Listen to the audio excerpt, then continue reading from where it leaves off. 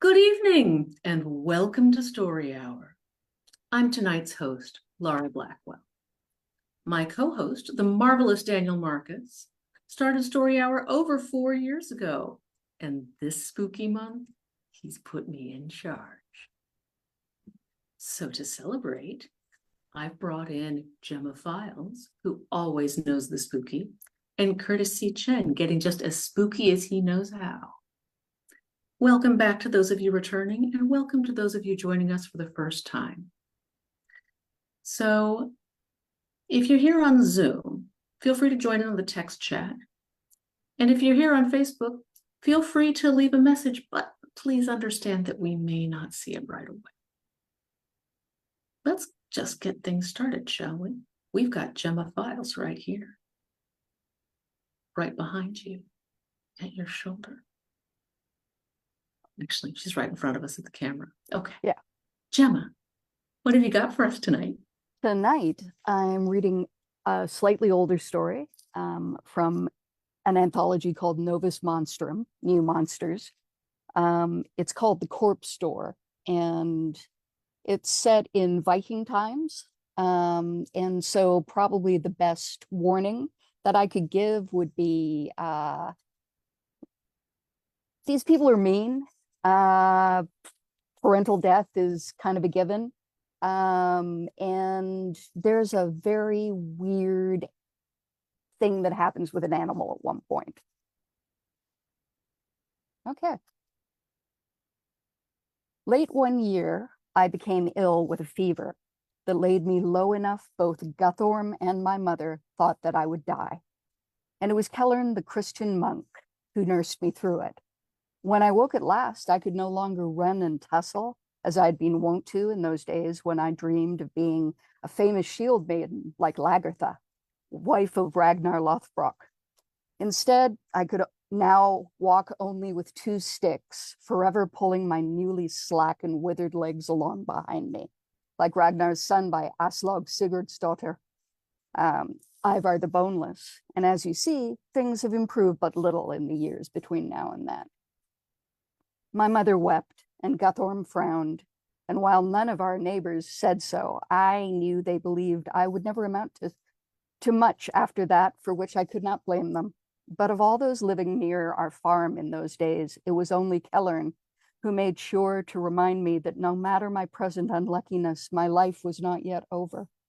You have a strong mind, Aud, he said, with great aptitude for what you heathens call women's magic, the reckoning of numbers and balance of household goods.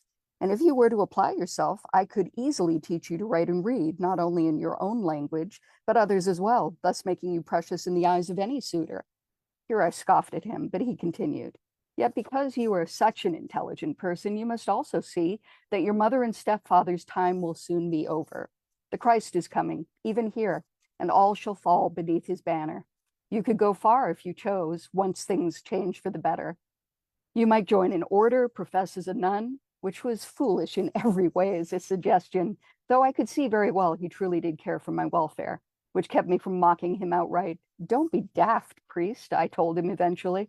Even a cripple like me can hope for better than to marry a dead man nailed to a tree. And he laughed at that as well, for all his great faith. He was a good friend and a better ally. We faced terrible things together and triumphed. Yet he could never convert me to his ways, no more than I could have converted him to mine, or ever would have thought to.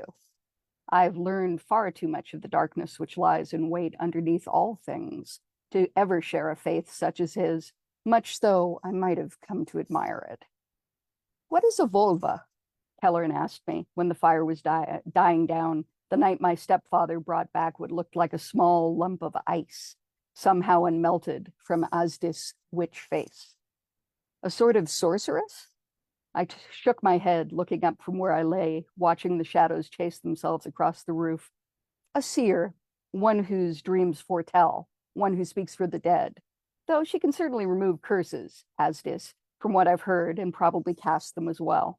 Some vulvas also make sacrifice on behalf of others before battles, or are employed to perform funerals or even marriages. You have women who serve as priests here? That I didn't know. We have women who serve as everything. But I heard the boast in my own voice, and after a moment amended my words. I did not wish to lie to Kellern, who had never lied to me. Well, they may serve as they feel inclined to if they're free-born and can pay their way. You've seen yourself that our women farm and trade and make and fight. Should it surprise you that some vow themselves to the gods too? I suppose not. But why do they call her witch-face if she is not one? I shrugged in my furs. Because she is accounted a daughter of Loki, a byblow of the Jotnar. Her size alone betrays it, so much so you will surely know her on sight if she passes this way, long before she tells you her name. For Asdis Witchface stood taller by half a head than the tallest man any of us had ever seen, bearing a cat's flat nose and split upper lip, her eyes green as old ice. Her cheeks were tattooed with runes, her neck with a collar of snakes, and her hair hung knotted, full of small bones that rustled as she walked, instead of clattering, showing that they were hollow. Those birds probably boiled and cleaned. She was something more than human, or less, different at any rate. Her very footsteps were enough to set one's teeth on edge. Such people have gone out of this world almost entirely now, you Christians like to say, along with our gods. But in this case, as in many others, you lie. Perhaps without knowing, I suppose, or perhaps not. How she made her living, none knew, but Asdis was often seen to cross back and forth to the seashore by way of a scree called Gerid's Lip, which bridged a small river often swollen with meltwater. The next day, therefore, I took care to make sure Kellern was busy elsewhere before dragging myself down to the sand and crawling the last 30 feet, taking refuge behind a ridge topped with clumps of grass. There I watched as Asdis harvested seaweed from the low tide and filled 2 large baskets with it, no doubt intending to dry it on racks outside her hut. "Oh, knife's priest's girl," she called out without looking up from her work, her voice high and oddly sweet for such a creature.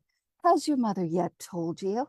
I danced at both her weddings and sang her fortune each time too, for all she showed no interest."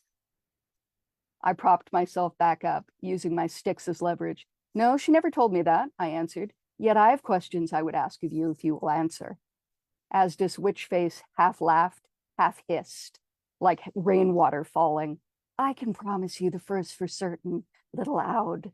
The second I may have to think upon, depending." "Very well. Why did you give my mother's husband that stone?" She shrugged, her huge hands still brizzy.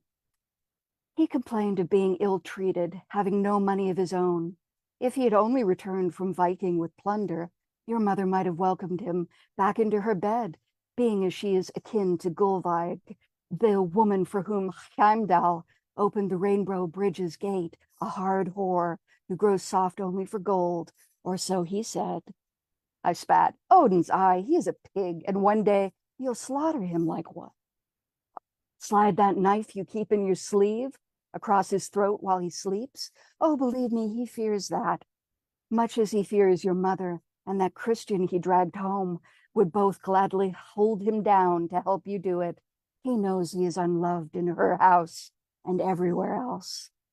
I did not wish to think on this, having no desire to pity Guthorm.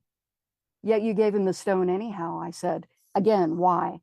She smiled then, her teeth all different lengths, yet all filed to points, replying softly, "Why, to see what would happen, of course. That is the only reason I do anything, Aud, in honor of my sire, for whom the same is equally true." Chaos and mischief, I remember thinking, as Loki Lothajarsson's image sprang up in my head, sketched on a wooden board soaked in blood offerings each festival, with his Jotun wife on one side and his Aesir wife on the other, while all their monstrous children sat around besides. The Fenris wolf, the Midgard serpent, Death's Hall Hel with her slack corpse's half face, not to mention Nari and Vali, his half-god twins, one cut open so Loki might be bound in his own son's guts, unbreakably, to suffer till the world's end for the crime of Baldur's death. 1,000 faces has Loki's slipskin, Aud, my mother had often told me, each flickering like flame, all equally false and hungry. And there sat Asdis as yet one more of them, so tall and dreadful, smiling at how my fear had finally begun to show, waiting for me to turn and flee at any moment, no doubt, as all the others did, to turn my sweating back on her and hump myself away like a worm, sand spraying till I reached the comfort of home. Well, I thought, she will wait a long time for that. I swallowed and asked yet once more, what does that stone you gave him do, lady? Why, direct him to what he most wishes for, of course. And what will that be? How can I know? Wait and see. That is no answer. Perhaps not. Yet perhaps it is that the stone works differently every time, depending on who uses it and why and for what. Had you truly not thought of that, deep-minded Aud? I had not, and she knew it. She laughed again, watching my face fall, but there was no cruelty in it. Never mind, little sister, as this witch face told me, hoisting her baskets and rising to tower over me, her shadow a cold, stroking touch I longed to flinch from, but did not. He will use it soon enough, and it will do him no good, or anyone else either. But since you know that already, at least one of you will be prepared for what befalls once he does. So many places are unmarked graves hereabout, or were, when I was young. Perhaps that is changing.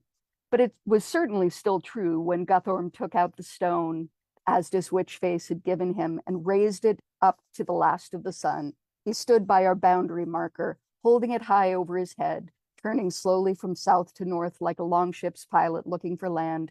I might have laughed watching him, had his face not held such hunger, greedy as a worm's. Then the light hit his stone just at the right angle, and a brilliant track sprang from it, bright enough that I blinked away tears. Arrow straight, it struck the top of a tor, some 300 paces northeast. The effect lasted only moments, enough to set the grass aflame, sending a narrow gray plume of smoke aloft. Guthorm howled with triumph, caught up the pick he had laid at his feet, and went racing towards the mark it had made. Bring tools and help me, he cried. Not for nothing did my uncles call this hill Hjalmar's Rest, after all. My mother snorted and stood back, her arms folded, pointedly refusing to do so. Oh, so you think there's been a ship buried here all this time, no doubt brimming with gold?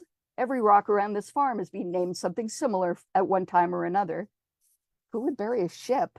Keller murmured to me, scraping away at the earth with his owner's pick had loosened.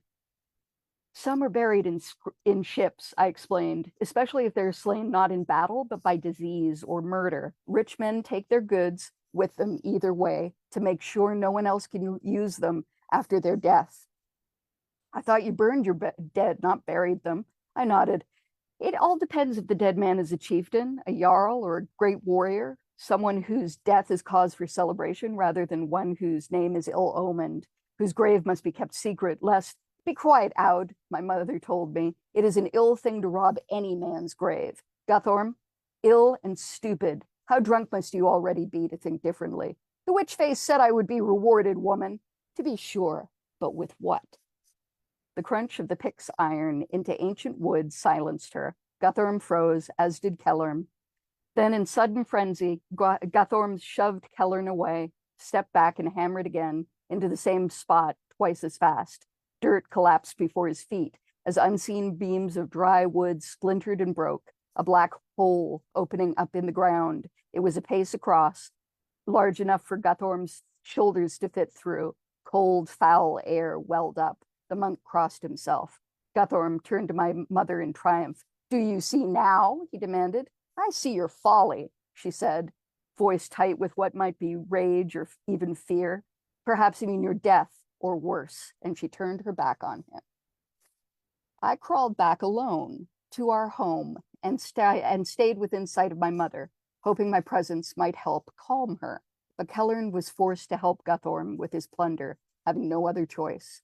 As the sun went down, they came dragging Guthorm's cloak back with them, piled high with all manner of treasure. The hearth fire lit it brightly, even through the door, gold and silver coin, jeweled crosses and golden cups, likely snatched from some English church's altar, begemmed rings and necklaces stained dark by the deaths of those who'd lost them. The dead man who'd lain within the barrow had worn full armor, Kellern told me later, but the leather had rotted, and the mail, like the blade of the sword upon his breast, had rusted. Yet the circlet around his skeletal brow, now resting in the stolen hoard's center, shone with silver. Only the corpse itself and the bones of some hapless sacrifice beast mounted up at the far end of the tomb had Guthorm left behind. We heard him singing as he and Kellern came and went out to meet him. My mother standing in the door, blocking his entrance, even as I staggered my way around her and leant on my sticks, watching the activity closely. Kellern looked up as he let the cloak fall, and our eyes met with a shiver. We both of us felt cold, apparently, with something more than dark. Take it away, fool, my mother said. I'll not have it in my home. Indeed, neither I nor Aud will touch this, or the monk, if he wishes to be rid of your idiocy. This curse you may keep for yourself alone. It's my home too, woman, Guthorm answered, down on his knees, carding his hands through the hoard like wool. How will you keep me out? Your home? Only till she says different, I told him, unable to prevent myself. Do not test me, crippled bitch, he snapped back, rising once more. My lord, Kellern began, but my mother pushed past me, putting herself between us. Oh, but she has the right of it, she said. And I have been foolish myself not to act on that suggestion all this time. So take your ill-gotten gains and leave, Guthorm, before I summon my brothers and uncles to make you go, let alone my first husband's kin. I can work this farm without you very easily, having done it almost entirely so thus far. Not if I take the monk with me, he snarled, to which my mother laughed long and loud, drawing herself up to full height. From her arms, she stripped the gold bracelets he had given her as a wedding pledge, the necklace set with Byzantine stones she wore around her throat likewise, and threw all three of these things at his chest. This will more than pay for him, if he wishes to stay, she said. Now find a cave to pour over your hoard in secret till you grow scales and drip venom like Fafnir himself. The jewels bounced downwards and chinked against the rest, joining Guthorm's booty. But I can only assume he had finally had enough of her scorn, for he stepped forward and slapped her across the face, drawing blood. The shock of it made me lose my balance and fall. He laughed to see it, for which my mother slapped him back, rocking him where he stood. You unnatural creature, he shouted, lunging for her. Just as it almost seemed that Kellern would intervene in her defense, however. Think what you do, I heard him cry. I slid the knife I always carried in a sheath sewn to my breast wrap out and stuck it in the back of Guthorm's leg and twisted it to make it hurt. Do it again and I'll slash your strings, I told him. You'll be like me then. You useless thing, he named me. You should have died long since and all know it. Now it was my turn to laugh. Too bad for you I didn't, eh? I said. But the gods willed otherwise, just as they willed you never do anything worth the telling but drink and lie and steal. He kicked me in the head then, or must have. For when I came to, I lay on my back in Kellern's lap, with my mother holding a cloth to my face, and my head hurting, jaw almost too bruised to speak. Oh, you're a stubborn girl, Kellern said, stroking my hair gently, more so than any donkey I ever met. How many times have I warned you to do a thing first, Aud, not simply talk about it? Only the once, I mumbled, and that time right now. It was good advice, nevertheless, and ever since, I have. In the hills where I was born, we cut a corpse door in every house and fill it with stones, so that if someone dies inside, they can be taken out by a door that can be filled in again immediately after, a door that will never be used again. This is in case the person dies in such a way as to make of themselves a draug or an apterganger, an again walker, and seek entry once more. Now, there are many ways to become an apterganger, according to common wisdom, all of them somewhat shameful.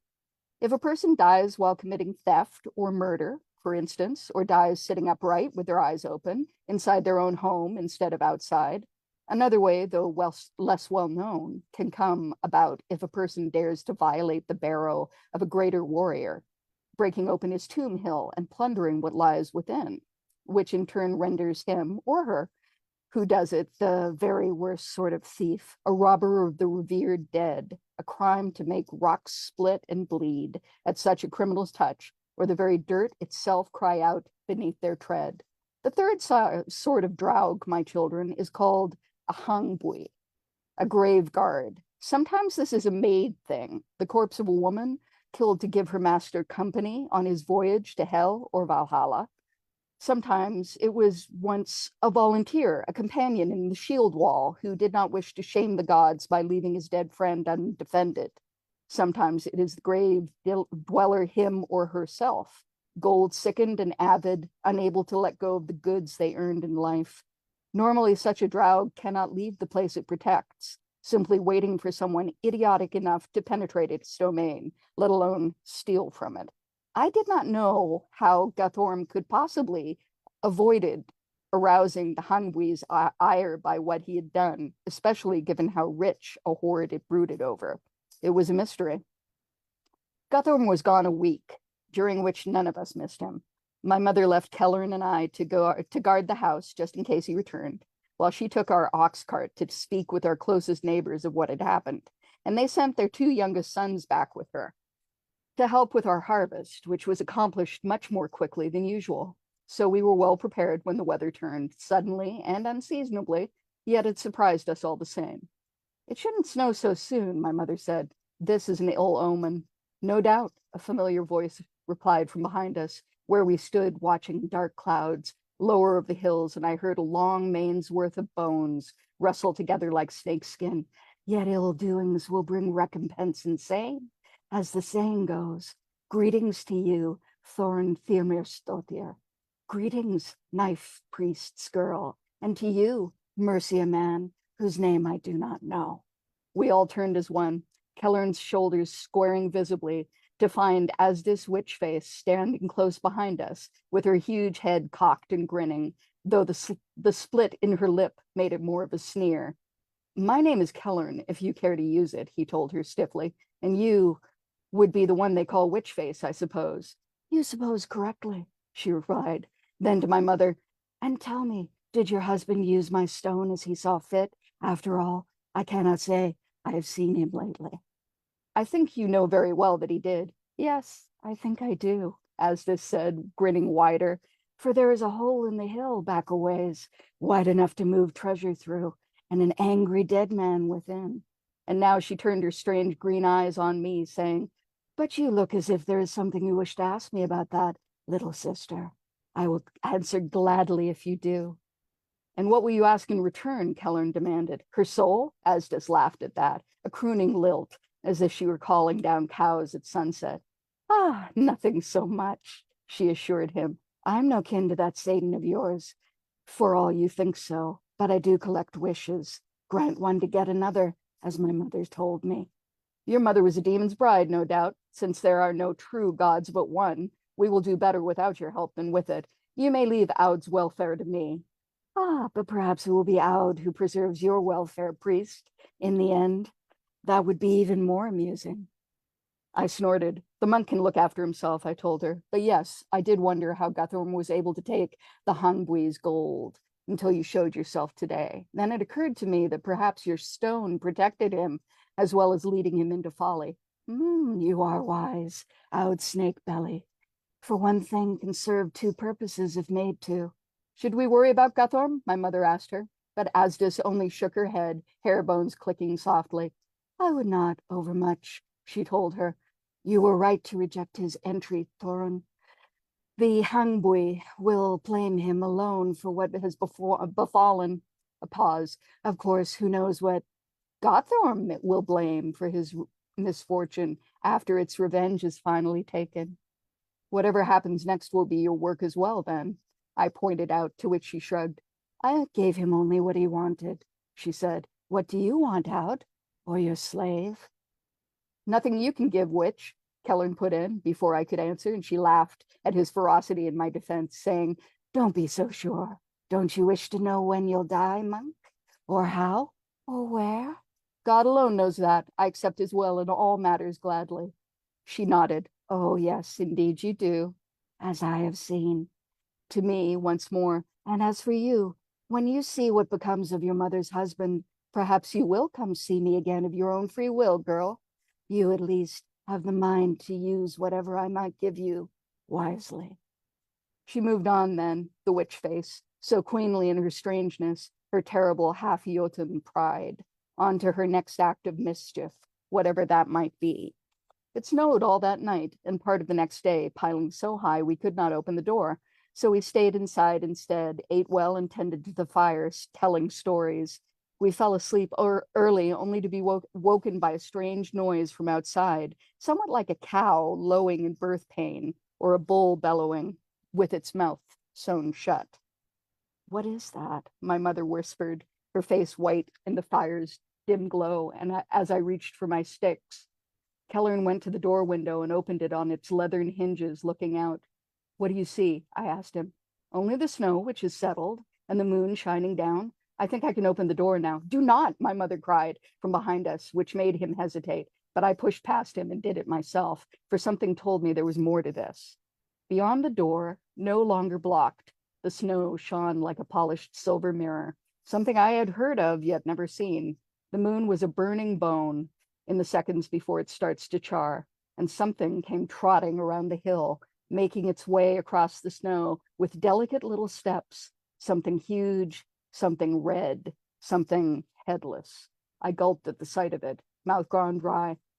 "Those bones in the tomb," I asked Kellern when I could speak again. "What were they?" "Oxen, I think. From the grave feast, yes. And what does that look like to you?" Kellern swallowed too. I heard him do it clearly. "I do not like to say," he replied at last. On this I agreed with him heartily. And yet, once this thing had been a rack of beef, split wide for roasting. That much was clear. The closer it came, it must have fed many mourners in its time. But now the bones it had been reduced to were back in their proper places and wrapped in flesh once more, though its skull and hooves were lacking. And its front end was nothing but a hole, full of sharp white things that looked like teeth, yet could clearly be nothing but splintered bones cracked open and sucked for their marrow. It picked its path through the white-covered fields with equally sharp leg bones, lurching with each step to leave a trail of little red prints behind, and sometimes it twitched its tailless rump or skinned shoulders as if flicking away flies. Heat rose into the sky above it, and cooked blood fell like sweat from its heaving sides, sizzling into the frost below. "May Thor's strength keep us safe from all terrors," my mother breathed, having finally gotten the courage to peer between us. Her hand was on the hammer she wore around her neck, even as Kellern's sketched the Christ's gallows tree above his chest, an invisible shield. At that moment, however, I watched as this draug ox, the cheated Hungbui's emissary, turned the gaping place where its head once sat towards a man crouching on top of the next ridge, staring down in frozen fear at what waited for him. It was Guthorm, of course, wearing the dead man's circlet like a crown, king of his own luckless weird. "What?" was all he had time to ask, of no one in particular, as the thing pawed the ground, stamping its foremost leg tip deeper. "What?" Then it was on him with a leap, moist air gusting out from inside it in a fierce fetid plume, and they tumbled back over the ridge together. My mother and I had both grown to despise Guthorm. Even Kellern, I think, could not pretend to more than the charity of his calling concerning his former master. None of us, however, found any satisfaction in hearing his screams or the wet sounds they finally became. After the last of this awful noise faded away, we waited. Presently, we heard the snow crust crunching again, this time under much heavier steps. The draug was returning, now swollen all over through its trunk, like a water skin gorged to bursting. From its gaping throat, gold and silver shifted, gleaming in the moonlight, stained with still steaming blood. All the swiftness gone, it moved across our fields with the slow, steady pace of some drunken old man, walking a road too well known to stray from, until at last it vanished over the hill's crest. "Did it eat him?" Kellern asked. "It is dead," I said shortly. "What need has it for food?" "I might wish it had," my mother put in, "for now his burial falls to us. Come the morning, we must find the body and weight it down with stones, and that will be the end of it." She spoke so firmly that it occurred to neither me nor Kellern to doubt her. Kellern told me later that he had offered to say prayers over it when they did, but this my mother declined firmly, if not unkindly. "I thought little enough of him in life," she told him, "but he died trying to fight. And if that brings him to Valhalla, so be it. Save your prayers for your own dead, priest. Would it have helped had Kellern chosen not to listen to her? I do not think even the witch face could have seen the answer to that. All I know is that late the next night, when the moon was nearly down, I woke to a deafening uproar of screams, shouts, and crunching. I rolled out of my pallet just as the door to our farmhouse burst apart in a spray of broken wood. Kellern and my mother, who had been trying to hold it closed, were both knocked flying, my mother flat on her back, and Kellern to one side, with blood trickling from his brow. Then in trudged Guthorm, death blue and bruised purple-black all over, still shedding earth as a just-bathed man sheds water. His sunken eyes blazed red as he moved the way I once walked my favorite doll across the dirt floor, stumbling and twitching with his limbs a-wobble, joints grating at every step. I realized then that the Hangbui must have trampled him to death, crushing each bone of his body to splinters, for there were wounds matching the prints that thing had made in the snow across both his chest and elsewhere, packed full of dry, black blood. He stood there a moment, staring down at my mother, who stared back in what was more sheer indignant surprise than anything else. But I took nothing, she said. I dared no curse. Even Asdis said so. Guthorm's mouth did not move, hanging slack and twisted, yet a thick, gurgling voice came tearing up from somewhere deep inside him, full of bile and glee. That matters not, it said. This is weird, woman, mine, and now yours. And he fell upon her, wrapping his legs and arms around her like ropes, binding them fast together. My mother had but time for one cry only, of rage and fear admixed, before the floor boiled beneath them both and they sank straight down into it, as if the close-packed earth were water. They were gone before I could even blink, leaving only a patch of turned soil behind. It was the rising sun's light across Kellern's eyes that roused him at last, hours later, and when I told him what had happened, he wept, which surprised me greatly, almost as much as it surprised me that I could not yet, at any rate. Most of the day was spent in Kellern digging down to my mother's body, though I was not idle either, for using straw, sticks, and mud, I built up a wattle and daub barricade on to the top of the door frame, marking it with guarding runes my mother had taught me. It is the death within that makes a tomb guard, I explained to the bewildered monk, not the strength of what it is built with. These are the laws. I trust you will not be offended if I pray all the same. I smiled fiercely at him. Now you're learning to joke like a Northman, monk. Who's joking?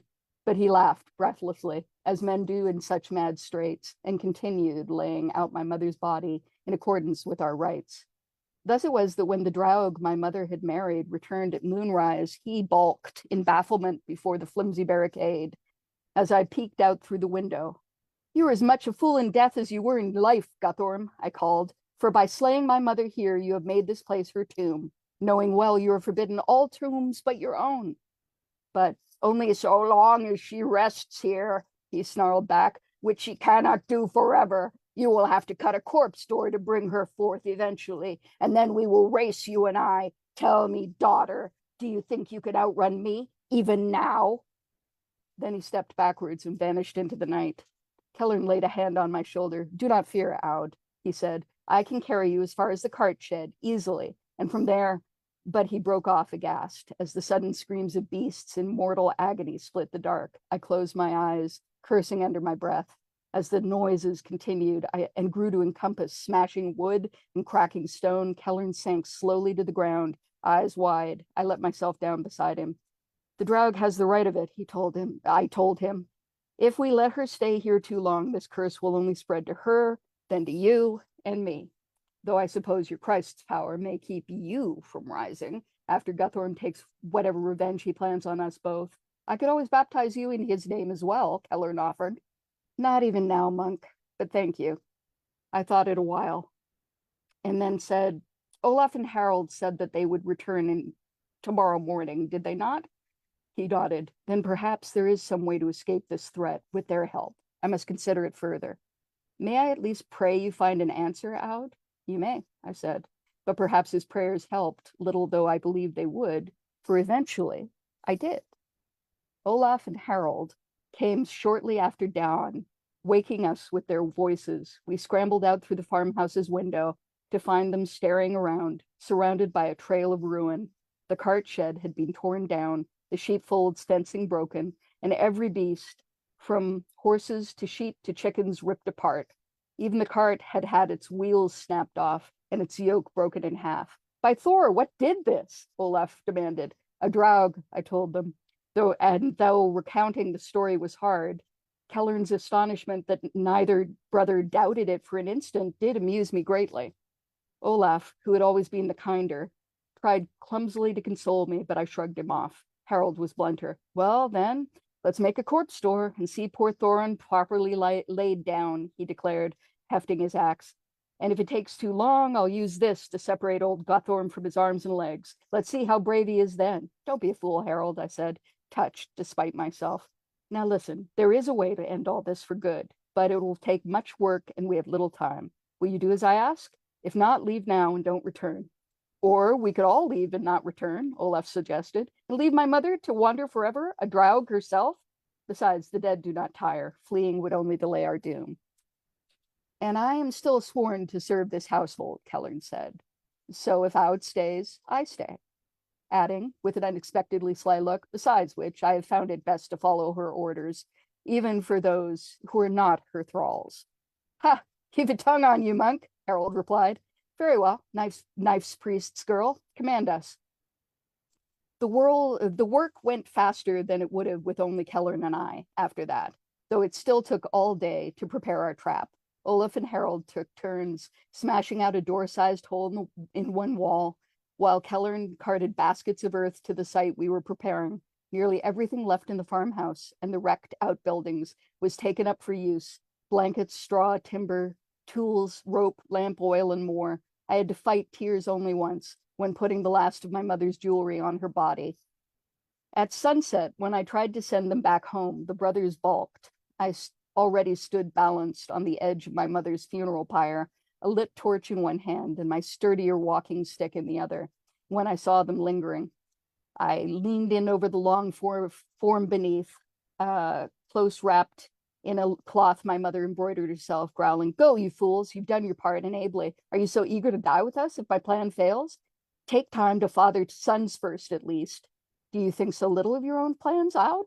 Olaf called back. Indeed, Harold agreed. We did not come all this way to flee. What sort of Northmen would we be if we did that? Live ones, I suggested, but they only laughed at me, making Kellern smile into his sleeve. So I scoffed instead and told them what to do next. The sun sank low, red dimming to blue, then black. I was pouring oil on the pyre when Guthorm appeared in the distance, grinning widely when he saw I stood there alone. "Are you ready to run, Aud Snakebelly?" he roared. "I see that monk has abandoned us both now and left you to die like the coward he is." But I merely gave a grim laugh of my own, shaking my head. "Never mind that, stepfather," I called back, dropping the torch so the flames rushed upwards between us. "For tell me, are you ready to burn?" At the sight, he gave a great whoop and put his head down, charging forwards fast as a maddened ox. With massive leaps instead of steps, he closed the distance between us quicker than I could have ever imagined possible, until he loomed up at me through the fire itself, with his flesh starting to char and his hair already smoking, his awful smile all flickering hot with light. "This will not save you either," he hissed gleefully, and jumped forwards, no doubt hoping to bury those sharp teeth in my neck. But I let myself fall smoothly, sideways, off the mound, just as Kellern leapt up from beneath the snow-covered blanket that had hidden him and caught me, while Guthorm, ruled still by his own weight, if not by that of death, hurtled through the space where I had stood, only to crash down upon the snow beyond, which gave way with a loud crack, sending him down through the brittle deck planks of the barrow ship he himself had unearthed. His draug strength might have served to pull him free again, but Harold and Olaf lunged forward from their own hiding places, hammering mightily down upon him with an axe and a broken wheel spar. Their blows finished the trap's work, and Guthorm dropped entirely into the tomb's stinking dark. We had piled the pyre next to the same cursed hill, you see, laid it so as to confuse Guthorm, to conceal our strategy. And it may be we depended overmuch on Guthorm's stupidity, but then again, It may not. It worked after all. He was always much more foolish when angered. Panting, I wriggled free of Kellern's arms and slithered over to the hole, staring down. Below, Guthorm was already clambering to his feet. His head was grossly flattened out of shape from the fall and the brothers' blows, but his red eyes lit the dim interior as he grinned up at me. Clever, he admitted. Always such a clever bitch. But still, did you truly think this fall would hurt me? I shook my head, not smiling. Not the fall. No, I replied. Guthorm's ruined face had perhaps half an instant for rage to start sliding into confusion before the vast, headless throat of the Hungbui ox loomed out of the dark behind him. It crunched down, swallowing his body halfway in one great gulp, from head to waist. For an instant, the Draug's legs flailed, then another mighty crunch set the Hangbui's tooth bones to shredding, rotting skin and flesh, snapping bones, slicing sinew. No screams or cries this time, only the chewing sounds, wet and terrible, which did not ever stop, as if the Hangbui meant to render what little was left of Guthorm completely. I shook myself out of my trance, having watched much more than enough. Now, I shouted, with simultaneous groans of effort. Olaf and Harold hoisted up the slab that once served as our farm's hearthstone. Kellern leaned in to meet them halfway, helping them slide it across and seal both Draugar into the darkness together, while I prayed the man who Guthorm had brought all this down upon us by stealing from would be satisfied. Enough so as to lie back down at any rate and laugh at the sight of his Hangbui gnawing on Guthorm's bones forever. The pyre burnt on, but I paid it no mind, for that cloth-wrapped thing had never been my mother's body, just a bolster of straw tied together with ropes, made to lure her second husband to his second death. Her true body lay in state, back inside our house, ready for her true burning. In the meantime, Harold, Olaf, and I watched as Kellern drew water and said his God's blessings over it, and then poured it in a circle around both mounds. No one will ever find this tomb again, you may be sure of that, he told me. I have both Christ and his Father's word upon it. I said. And when did they give you that exactly? Just now, Aud. Did you not hear? I heard nothing. He smiled at me then, in a way that reminded me so much of my own lost father, I felt my eyes burn and prick with unshed tears. Oh, I know it, he replied gently. Not now, at any rate, but perhaps someday. And for once, I did not argue with him.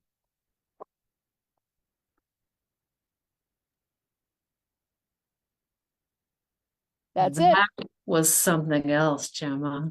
Thank you. But now I'm waiting for the sequel when, they do find that again. I'm sure Aud will trip across other stuff, literally or figuratively. Oh my goodness. So freaky. Good. Oh, I love that. I've had a good time writing a little sword and sorcery over the last little while. So, that and another story called Revelstoke, which is going to be in the Canadian collection of sword and sorcery, coming out pretty soon, I think. Yeah. So many books to look for. So that was in Novus Monstrum. Yes, Novus Monstrum, and it is called The Corpse Store. The Corpse Store, which I misheard as Corpse Store at first. Oh, the Corpse Store. That's nice. Which would be a different story. It would be very different. Yeah, but if you do write it, I would still read that one too.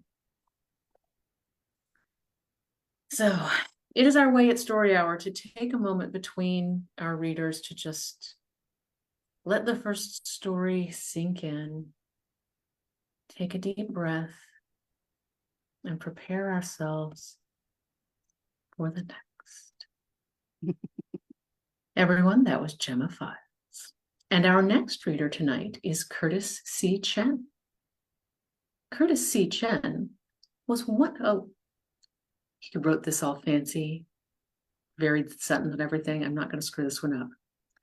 Once a Silicon Valley software engineer, Curtis C. Chen now writes stories near Portland, Oregon.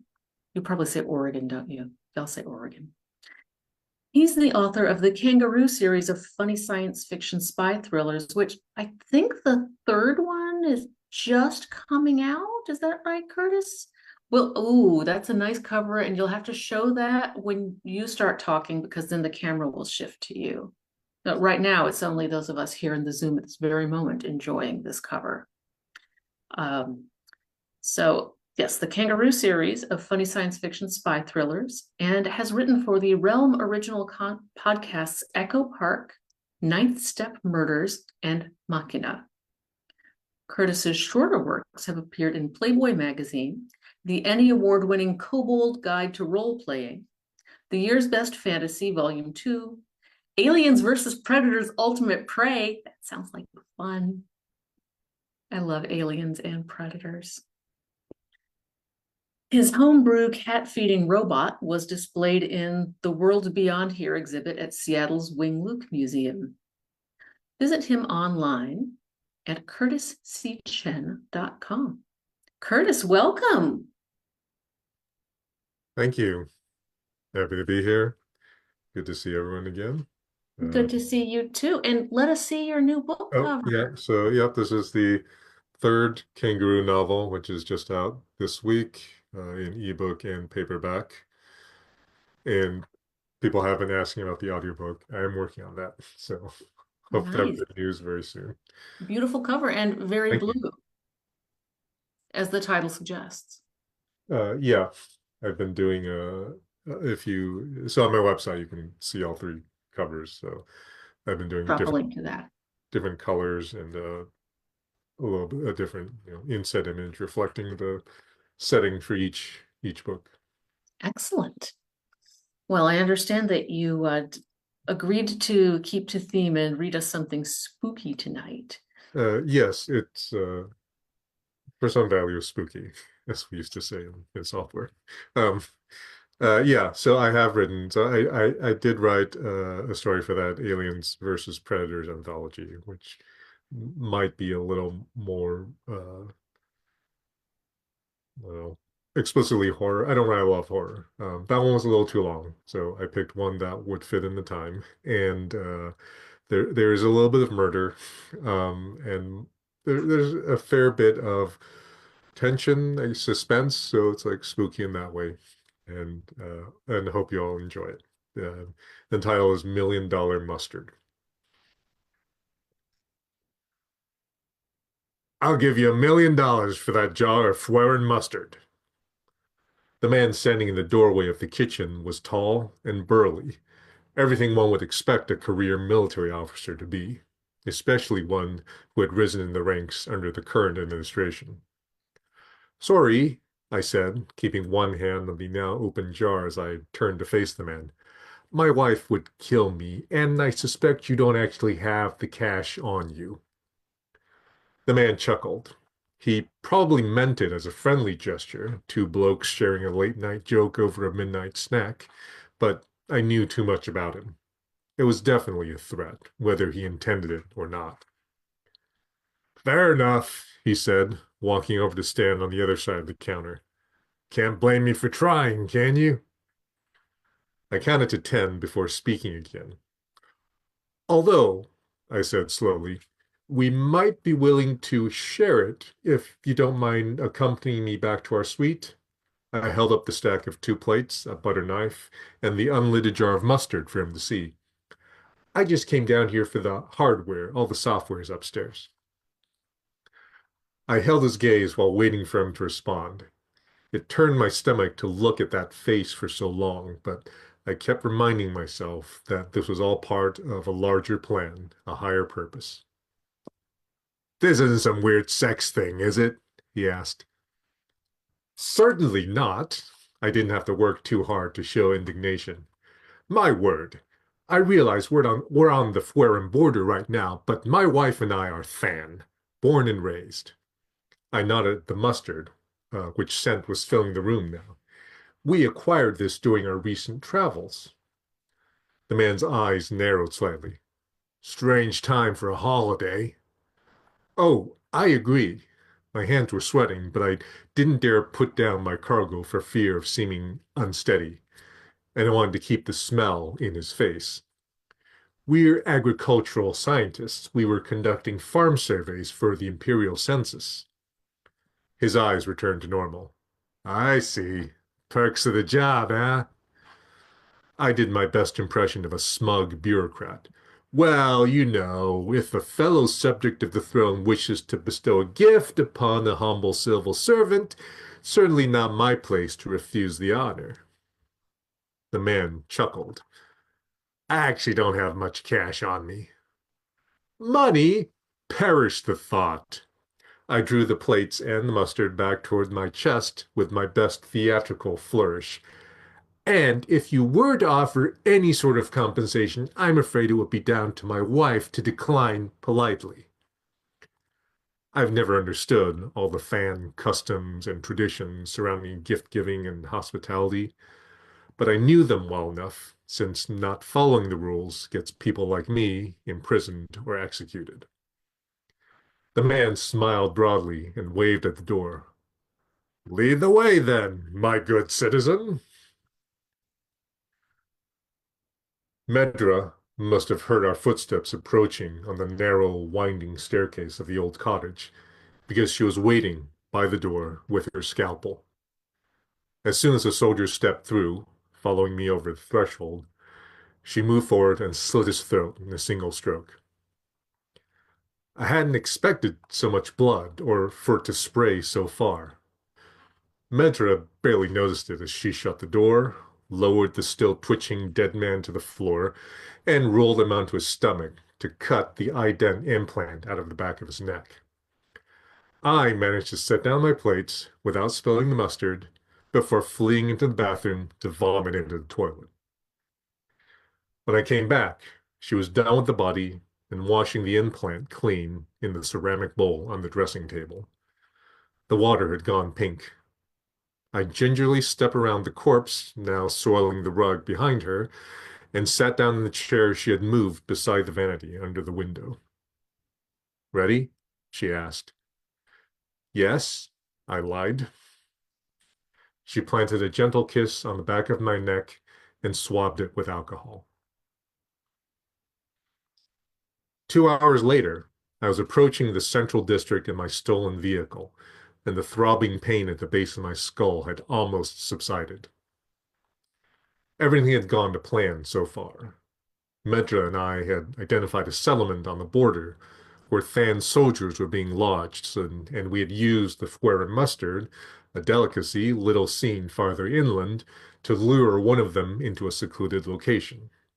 Then, my wife, the former surgeon who had been forced into hiding by the purges, killed the soldier, extracted his military identification implant, and rehomed the device in my own body. We've been planning this for years now. It took time to discover how the Than implants worked, time to reverse engineer them and find out that they would not operate unless the host body had specific Than genetic markers, and much more time for Myrta and her cohort of medical exiles to develop a gene therapy that would change a Fuer into a Than, at least chromosomally, just enough to fool the implant. She wept when the tests revealed that I was one of the few in our camp whose genome was suitable for the therapy. I, too, initially bristled at the thought of being turned into anything like our oppressors, even if it was at an unnoticeable microscopic level. But Medra and I both agreed that this was a necessary thing. We had suffered too much already, our families, our friends, our communities, and we needed to do something.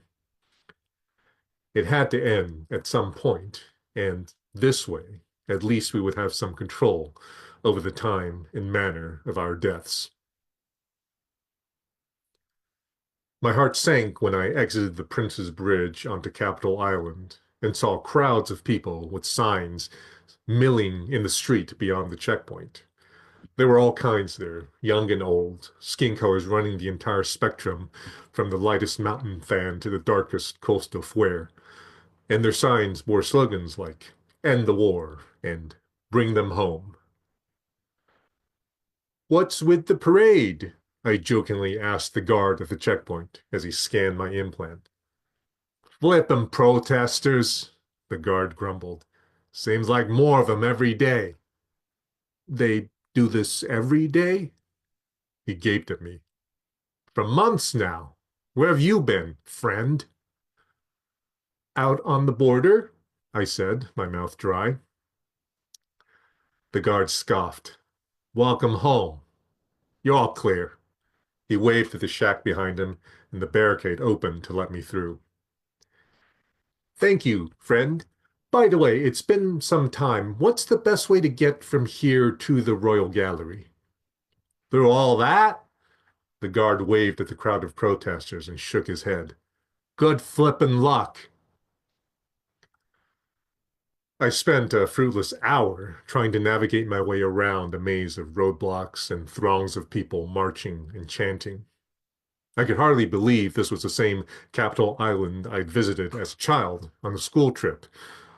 Back then, it had seemed so orderly, so clean, and even though I now understood that the facade of a well-behaved citizenry was sustained by the brutal application of secret policing, it still seemed a shame that such a beautiful place was now playing host to such a rabble. Finally, I gave up on driving anywhere and abandoned the vehicle in an alley. As I walked away, a small group of protesters found it and began coordinating their efforts to topple it onto its side. Shortly thereafter, by means which I could not discern, the vehicle caught fire. My stomach did an anxious somersault at the sight of wanton property damage, but I wouldn't be needing a car anymore. Our plan didn't include me leaving the island alive. I meandered through the crowd for a while, only being gently jostled as I sometimes went against the tide of the marching direction.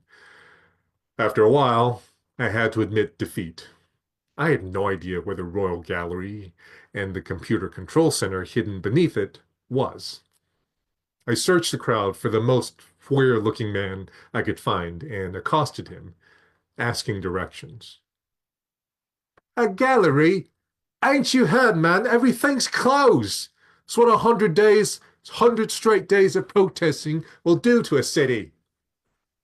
He whooped, raising a fist in the air, and those around him joined in the cheer. I frantically made up a story about how I had lost my wife in the crowd, and our agreed-upon fallback plan was to meet each other in the plaza of the Royal Gallery should we become separated. The man accepted this and pointed me in the right direction. The automated security fencing around the Royal Gallery recognized my implant and let me through. I shook while stepping through the barrier, but regained my composure as I walked into the empty building. Being hidden from view of the street calmed me somewhat, and I sat down on a bench in the lobby to collect myself and remember the instructions I'd been given for accessing the computers. I closed my eyes and visualized the gallery's floor map, the hidden security door, the tunnels down to the vault, the entry to the data center, the codes I would need to unlock the main cage, the command I would enter into the central terminal to trigger the system's self-destruct function. There wouldn't be enough time for me to get back above ground at that point. This place would be my grave. I'd made my peace with that, to be laid to rest with some of the Empire's greatest artistic treasures, even if most of them had been pillaged from neighboring civilizations. That was more than the child of a humble farmer could ever have imagined. I opened my eyes and saw the painting displayed across the lobby from me.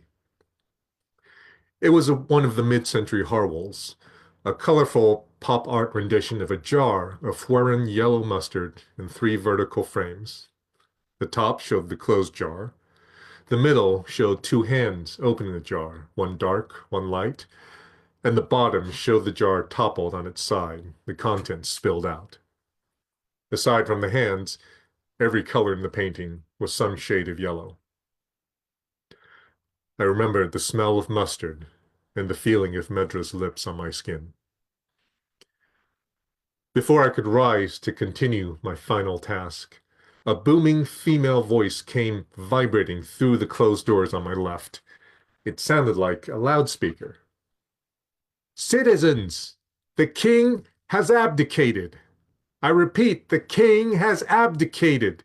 We have confirmed reports from. The rest of the announcement was drowned out by cheers and yelling, a storm of vocalization that rumbled the ground. For a moment, I thought it might be an earthquake. I ran for the door, remembering the old advice to be outside a building during a quake. The noise was deafening. The crowd seemed to be surging in every direction, and too late, I realized I'd left the security gate to the gallery open. A stream of protesters rushed into the plaza, then past me into the museum itself. Some of them stopped to clap me on the shoulder or embrace me or merely shout or laugh excitedly at me. I nodded at each one, still dazed and unable to process what was happening. My feet carried me toward the announcer, and eventually her words became clear again. The king and his court have abandoned the palace. The Senate have appointed a provisional minister, and a special election will be held next week in which all citizens will vote on a new future government.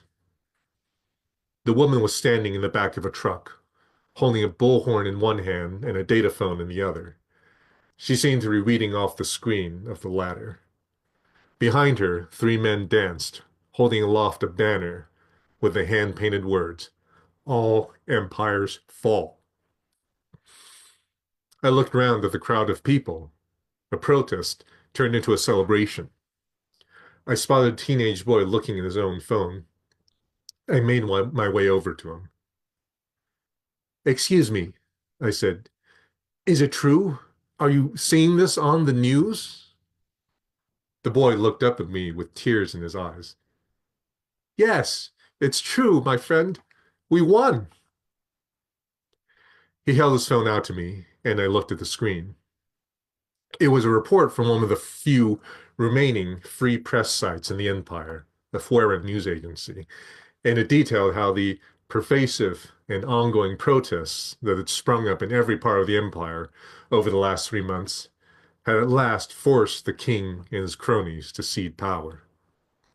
They were leaving, not because they had been assassinated, or because their guards and armies had been destroyed, or because they had been conquered by another regent. They were stepping down because the people no longer wished them to rule, and enough of the people had expressed that in no uncertain terms. And all these protests, these marches, these demonstrations had been nonviolent. No matter how much the police and soldiers and royal guards pushed back, injuring or even killing people, the citizens stayed peaceful. They had not filled the streets because they wanted to cause trouble. They had taken to the streets to end the trouble. My legs felt weak. I thanked the boy and walked back to the gallery plaza, which had become an impromptu music venue and dance floor. I found a bench in the distant corner and sat down. It was true. All these people especially, would not be celebrating without certainty. And with the king gone, the reason for my mission to destroy the computer center was also gone. I didn't have to die here.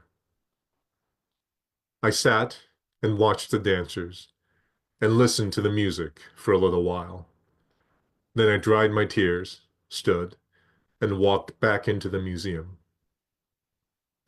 The alarms went as soon as I touched the painting in the lobby, and continued as I wrenched it off the wall. But nobody heard it of the noise outside. Nobody cared about someone stealing a bit of art when the empire had just fallen. I tucked the painting of a jar of mustard under one arm and began the long walk back to my wife.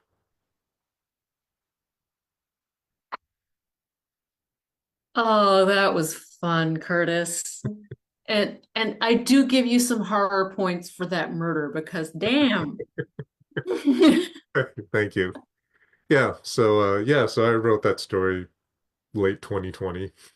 Mhm. No one Yeah, is surprised. right. Oh, And I think The Goldfinch, the movie was already out too. Yep. or, Yep. yeah, yeah, yeah. The Well, book was I'm already seeing out. some Yeah. influences. But Yeah.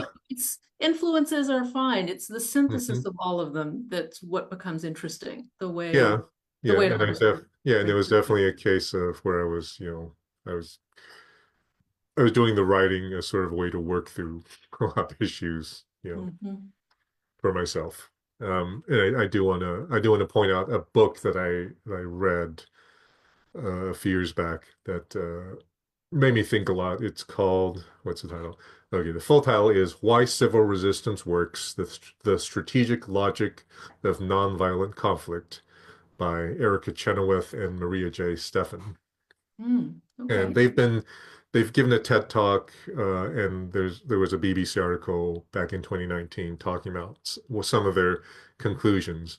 And one of the things that really got me was they presented a lot of very compelling, like, historical evidence from different countries around the world for what they call the 3.5% rule, uh, Mhm. which says that no government can withstand a challenge from just 3.5% of its population. Like, if you can get that many people to be upset enough about what is happening, to go out and protest and to, like, do something, like take some kind of action, um, like historically, like that is all you need to get things to change. Wow. So I've thought about that a lot over the last few years. I can, yeah. I was going to say I can't imagine why, but it's not funny, is it? Yeah. Sadly. You're better at funny than I am. Definitely. Definitely. I definitely got the funny and I definitely got the So, spycraft. so So, thank you. that's intriguing. That's very intriguing. Now, I do have to ask though, is your Alien versus Predator story funny too? I hope so. I mean, it's just kind of what I do, honestly. Yeah. Okay. Well, Yeah, I think that I think that for some people who are just truly funny, you just can't turn it off. yeah, I did. You know, it's just there. The editors did help me sort of make it more fit better into the Aliens versus Predators universe, which Mhm. is a very specific thing. Like, it's It not, really is. yeah, it's not Alien, it's not just Aliens, not just Predator. It's like a very Mhm. specific thing. When, yeah, and it's yeah, and that whole anthology is really interesting because you have a lot of different writers doing different things within Mhm. that sort of framework. I noticed it's actually gotten really good reviews, which is not Yeah, always yeah, the case with anthologies or tie-ins, and especially yeah. with tie-in anthologies. So that's intriguing. And you've Yeah. got three kangaroo books out and another Yep, on the way. So yep. This is that's the new great. one, just out this week. True Blue Kangaroo, paperback and ebook. Yeah, and yeah, yeah, all the links are on my website. If you want to read, this story is online. It's on my website, and I originally published this on a website called Curious Fictions, which sadly isn't around Aw, anymore. Mhm. I loved Curious Fictions. That Yeah, was such a great service. yeah, it was a really cool idea. But I think, uh, you know, making art is hard, and making art into a business is also hard. So Yeah. And that's the hard thing because you want yeah. to make art True. just so it exists, but then you Hmm. also want Yeah. artists to be able to eat and stuff. Yep. Yeah. It's tricky. Definitely still fighting with Yeah. But thank you for inviting me to read. And it. It is our it pleasure was to great. have you. And it's funny because weirdly those stories did still go together a bit because there was still humor in both of them. Hmm. That's true. And there was still a lot of the unexpected in both of them. So I really rather like the way they came together and that we ended with the lighter one. So we've had a full ride of Hmm. human experience tonight. Well, that's what I like about the Vikings. They're funny. They can be. They're also terrifying. Yeah. There's But a there's a quote from one of the sagas that I really love, which is a guy. There's a fight that breaks out on ice, and a guy skis down, um, and skis right into a dude with his axe, and the axe embeds itself in his knee and completely severs the top of his leg from the bottom of his leg. And he looks down, and the other guy says to him, "There's no need to look. It's just as you think. The leg is off." And the first guy says, "Yes, well, I guess that's why I should have brought my shield with me today." And then he fell over and died. Wow.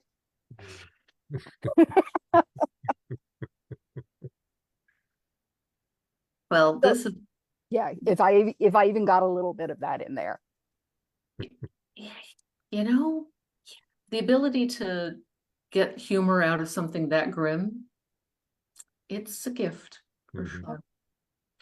And what's really interesting is that I didn't think about this when you first mentioned what story you'd be reading, but our readers next week are Sam Rebeline and Douglas Gwilym, who's one of the editors of Novus Right. Nostrum, which that story first appeared in. So it's all kind of running together. But folks, I really still do recommend checking storyhour2020.com for updates, for changes, and also just to see what nights you have to clear your schedule for, and which story hour there are links to all the story hours, so you can go back through and check out the ones you missed, watch this one a few more times. It's all good.